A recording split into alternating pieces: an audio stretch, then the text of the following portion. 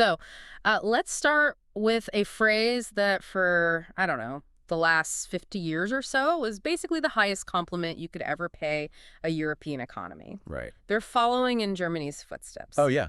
The ultimate gold standard. Exactly. You hear that and you immediately think, well, the precision engineering, right? The Autobahn, industrial dominance, absolute efficiency. It was the blueprint. I mean, the German model was essentially the engine of the entire continent. Right. If you wanted success, you looked at Berlin. But in the deep dive we're tackling today, Mhm. that gold standard is basically being melted down. We are looking at a really fiery video analysis from Neil McCoy-Ward. He's looking at the UK government's current trajectory under Prime Minister Keir Starmer.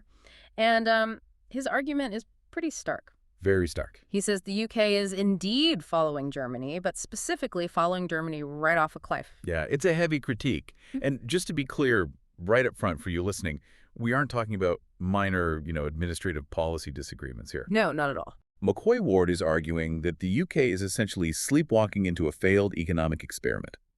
He sees a government that is simultaneously pivoting toward this wartime military-industrial economy, Right. while also doubling down on aggressive net-zero energy policies, policies that, in his view, have already completely hollowed out the German industrial base. So we have this transition to a wartime footing, an Yeah. energy grid that's getting more expensive by the day, and yet a government promising what was the phrase? A golden era of revival. Yeah. It sounds like a massive paradox. A paradox is a very polite way to put it. The source actually calls it a calculated mismanagement. Wow. So the core mission of this deep dive is to unpack how these two things, energy policy and massive defense spending, are colliding to fundamentally reshape the British economy. And we want to explore why this analyst strongly believes it's going to leave the average citizen much poorer and much less secure. Let's start with the foundation of his argument then, this German path. I think most people, they still have this hangover perception that Germany is the powerhouse. Why does McCoy-Ward call it a failed experiment? Well, because the inputs that actually made Germany a powerhouse have fundamentally changed. I mean, the German model was built on cheap energy. Mostly cheap gas from Russia. Exactly. Cheap gas powering massive heavy industry. What McCoy-Ward points out is that Germany aggressively pursued net zero targets by shutting down their reliable baseload power. The nuclear, the coal, the gas. Right. They shut all that down before they had a fully viable renewable replacement ready to go. And baseload is really the key term there. For those who might not follow energy grids closely, that's the energy that is always on, regardless of whether the sun is shining or the wind is blowing. Precisely. It's the bedrock. And when you remove that baseload reliability, but you try to keep your industrial demand high, two things happen. Reliability drops and prices go up. Prices skyrocket. The source argues that this effectively deindustrialized Germany. Factories literally could not afford to keep the lights on. And now he sees Starmer looking at that exact result and saying, let's copy-paste that over to the UK. And it's not just a vague ideological alignment either. The source mentions something specific, a borderless power market. Yes. The critique here is that Starmer wants to fully integrate the UK into a shared power grid with Europe and Norway. Which, on paper, sharing power sounds efficient. It sounds like, I don't know, borrowing a cup of sugar from your neighbor. It does sound lovely, right? But the source argues that if you are structurally short on power because you've willingly closed your own domestic plants you aren't sharing, you're begging. So you become a dependent. Exactly. You are locking yourself into a high-cost grid where you basically surrender sovereignty over your own light switch. You end up paying the market rate of the most expensive producer in that chain. Okay, so this brings us to the nuclear issue, which really caught my eye. If you're genuinely worried about carbon emissions, but you desperately need that baseload power we just talked about, nuclear is usually the answer. And I thought the UK was actually trying to expand nuclear. You would think so. It seems like the obvious logical bridge. Oh. But this is where the source uncovers something he finds deeply controversial. He claims the government is actually restricting the fast-tracking of new nuclear projects. And the justification for that is? They are literally labeling nuclear power as carbon-intensive. Wait, hold on. Nuclear. Carbon-intensive. I know. It's splitting atoms. There's no smokestack. How does that work? That was exactly my reaction. The source calls this a flat-out lie, or at best a highly manipulative twisting of the data. The government's argument seems to rest on the carbon used to actually build the plant. The concrete. The steel, the construction trucks, the whole supply chain to build it. But, you could apply that exact same logic to literally anything. You could apply that to building offshore wind turbines or massive solar farms. They all take massive amounts of carbon to manufacture, ship, and install. Precisely. And that is exactly why McCoy Ward believes this is a bad faith argument from the start. He suggests that if the government is creating these regulatory hurdles for nuclear by calling it dirty, it's not because they actually care about the environmental impact. Then what's the motive? He argues it's because they want to favor other schemes, perhaps specific renewable projects where the contracts, the subsidies, or the political favors are just easier to distribute to their preferred partners. So his argument is really about revenue generation and political maneuvering, not about providing cheap, clean energy to the consumer. That is exactly his take. He views it as a deliberate policy choice to keep energy expensive. Okay, so on one hand, the regular economy is being squeezed hard by energy costs. But on the other hand, the government is talking about spending billions and billions of pounds, but not on the energy grid on defense. Right, this is the whole military-industrial pivot. And the numbers being thrown around are staggering. The government is currently projecting defense spending to hit 2.5% to maybe 3% of GDP by 2029. And now there are headlines floating, a pledge to hit 5% by 2035. 5% of GDP is massive. Yep. That is approaching Cold War levels of spending. It really is. But here is the catch, and this is a really crucial nuance in the source material. The government claims they absolutely have to spend this money right now because they supposedly discovered a 22 to 28 billion pound shortfall in the Ministry of Defense. They frame it like they opened a filing cabinet and just found a massive unpaid bill left by the previous administration. Like finding a credit card statement you completely forgot about. Oops, you owe 28 billion. Right. But McCoy Ward pushes back hard on this. He calls it linguistic manipulation. He argues this isn't an actual debt that currently exists. It's a gap created entirely by arbitrarily increasing the budget projections. Okay, help me visualize this. How does that work in practice? Okay, imagine you earn $50,000 a year. Suddenly, you decide you want to live a $100,000 lifestyle next year. You don't have the money yet, but you sit down with your family and declare, we have a $50,000 shortfall. Right, I see. You didn't actually lose any money. You just arbitrarily decided to spend money you don't possess. And then I turn to my family and say, well, we have a financial crisis now, so everyone needs to chip in more. That is exactly the dynamic he's pointing out. The source really loathes that phrase that politicians use, tough decisions for all of us. Oh, yeah, you hear that all the time. He points out that when politicians say all of us, what they actually mean is that you, the taxpayer, pay higher taxes. You lose public services. The politicians themselves aren't taking a pay cut. So the source views this whole shortfall narrative as a manufactured mechanism. Manufactured just to justify raising taxes on normal citizens to fund this massive military buildup. But you can't just tell the public, hey, we want to build a bunch of tanks just for fun, so pay up. You need a threat. You need a compelling reason. And the reason being cited over and over is Russia. Yes, a full-scale Russian invasion of Europe. That is the specific, exact phrase the government and certain defense heads are using to justify this sudden surge in spending. And does the source actually buy that? Because, I mean, just looking at the daily news, Russia seems to be having a very difficult time just holding a few miles of ground in eastern Ukraine. The idea of them marching on Paris or London seems a bit far-fetched. Yeah. McCoy Ward is extremely skeptical of it. He essentially laughs off the basic logistics of a full-scale invasion of the entire European continent. Right. He argues that the government is just using these specific keywords on repeat.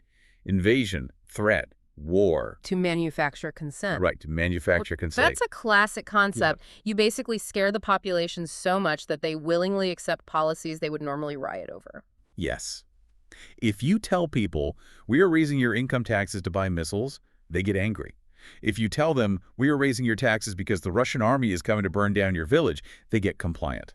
He views this whole transition to a wartime economy as a desperate way to cover up the domestic economic failures we just discussed. Oh, interesting. If the regular everyday economy is failing due to high energy costs and bad policy, you switch to a war economy just to keep the wheels turning. This sounds a lot like the concept of military Keynesianism, the idea that massive defense spending stimulates the broader economy because the government is promising, what, 50,000 new jobs? Mm-hmm. And a golden era of revival. That is the big political promise. Yep. But the source attacks this using basic economics.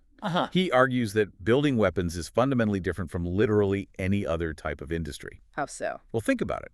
If you build a car, it has utility. It transports people to work. It moves goods. It creates tangible value over time. If you build a cruise missile, it sits in a silo doing nothing until it is used to destroy something. It is economically unproductive. Well, unless you use it to conquer someone and take their stuff. Which the source bluntly points out. He says, unless the UK actually plans to invade a foreign country and loot its resources, this spending does not create genuine wealth. It actually destroys capital. Because you're taking money away from elsewhere. Exactly. You are taxing productive sectors like technology or services or education, and you're sinking all that capital into hardware that produces absolutely nothing but future maintenance costs.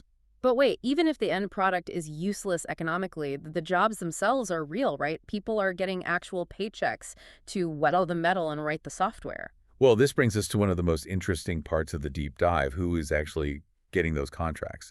The government rolled out this new procurement strategy focusing on SMEs. Small and medium enterprises. Right. They want to direct something like £7.5 billion specifically to supply chains that involve 12,000 small businesses. I mean, on the surface, that sounds pretty good. Democratizing the defense budget, having mom and pop shops making widgets for the Royal Navy. It sounds lovely for a press release. Yeah. But the source argues it's incredibly dangerous. He says when it comes to national defense, words like equitable and socially beneficial should not be the criteria for who gets a contract. Competence should be. Competence, scale, and efficiency.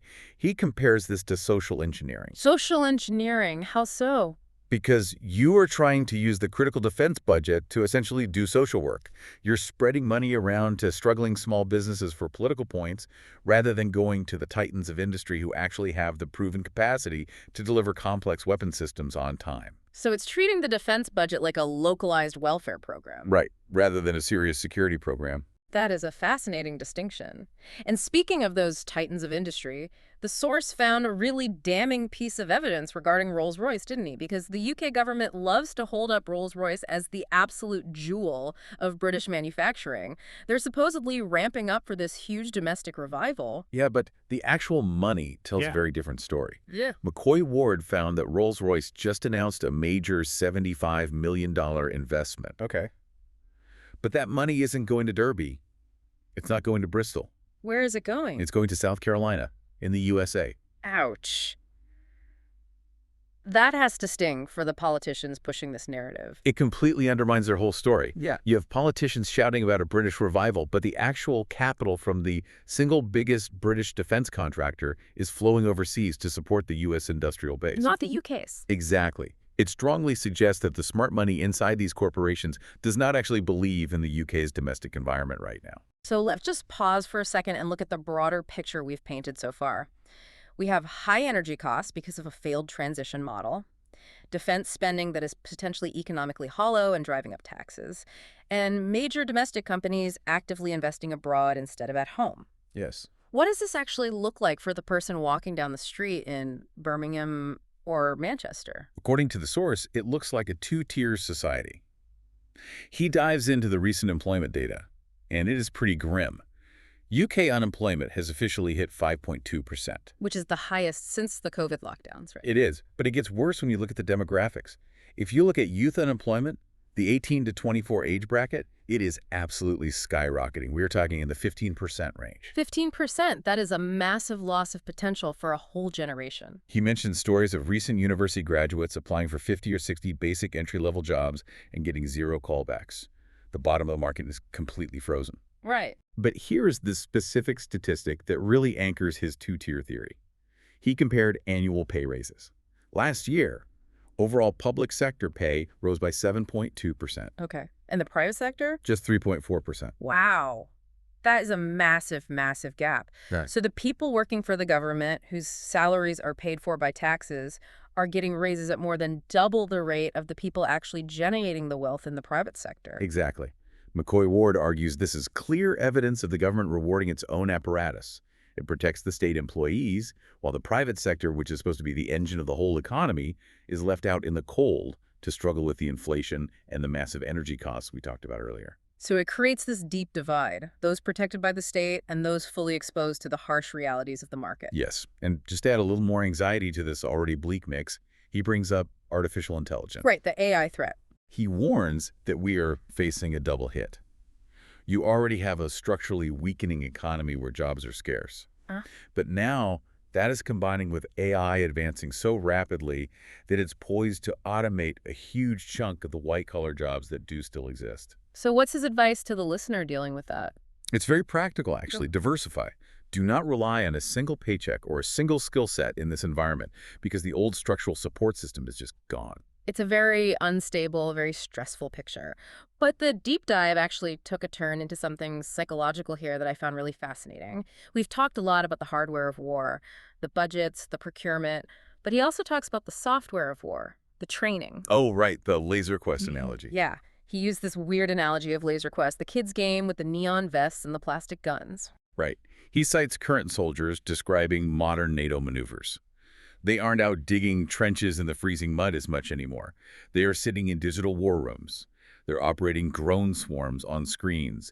They're running VR simulations of defending virtual villages against Russian attacks. It's the gamification of warfare. Exactly. Which makes war feel, I don't know, clean, disconnected from the reality of it. And that is exactly the danger the source highlights. Yeah. If war starts to feel like a high-stakes video game to the people managing it, it drastically lowers the psychological barrier to actually entering one. But interestingly, the general public isn't feeling clean or disconnected about it at all. He cited a survey that was, frankly, terrifying. Yes. The poll found that 43% of people in the UK currently expect World War III to break out by 2031. Nearly half the population thinks we will be in a global catastrophic conflict within roughly 5 years. That is a society living completely on edge. It really shows how deeply that inevitability narrative, the fear-mongering we discussed earlier, has penetrated the public consciousness. Yeah. But there was a massive twist in that survey data. People aren't just afraid of Russia. The survey ranked the United States specifically under a potential second Trump leadership as a high threat to Europe, literally comparable to Russia. That is wild to me. The UK's closest historical ally is seen by the public as a threat on par with the primary enemy the government is arming up against. It speaks to the total absolute confusion in the current geopolitical landscape. Nobody knows who stands where. And McCoy-Ward touches on this weird dynamic between Starmer and Trump, specifically regarding Iran. Oh, this was about the refusal to use the air bases, right? Yes. Starmer apparently refused to allow the U.S. to use UK bases for potential preemptive strikes on Iran. Now, Starmer's camp might frame this as a principled stand, showing independence, standing up to Trump. But the source sees it differently. Very differently, he sees it as purely theatrical. Theatrical how? He calls it fake strength. He argues that Starmer postures as the strong, independent leader against the U.S. ally just to look tough for his base. But simultaneously, he is quietly surrendering total UK sovereignty over to EU regulations and EU energy grids. Ah, I see. So it's performative defiance on one side while engaging in structural submission on the other.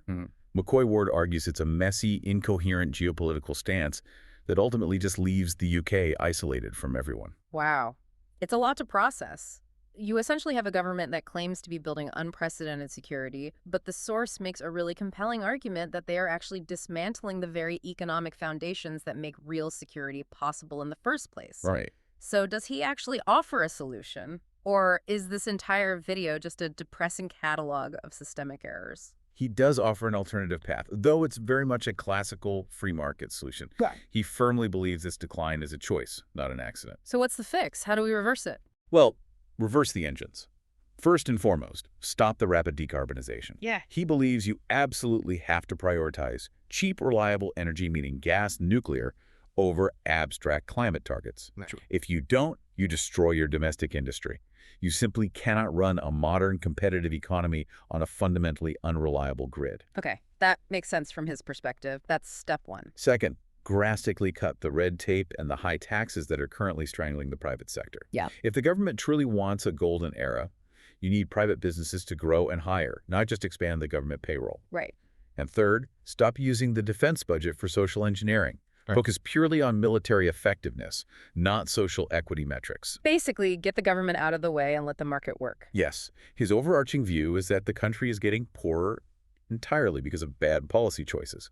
If you let companies invest without punishing them, if you lower the raw cost of doing business, an economic revival will happen naturally. You don't need a newly appointed Minister of Revival to force it to happen. It's a fundamental clash of worldviews here. On one side, you have the managed economy, high taxes, huge defense spending, state-directed energy transitions. And on the other, the classical market economy, cheap energy, low taxes, and organic private growth. And the really scary part is looking at the incentive structure this creates. And frankly, this is the thought I just cannot get out of my head after reviewing all this source material. What's that? Think about it. If the government actually succeeds in this pivot, Right. if they restructure the entire UK economy so that it relies on massive defense spending just to create jobs and keep the lights on what happens if peace breaks out. Oh, that is a very heavy question. If your promised golden era of employment depends entirely on building missiles and expanding armies, does the government essentially become completely dependent on perpetual conflict? Wow. Do they suddenly need constant threats, whether real or simulated, just to prevent a massive domestic recession? Because if peace becomes bad for business, you are in a very, very dangerous place as a society.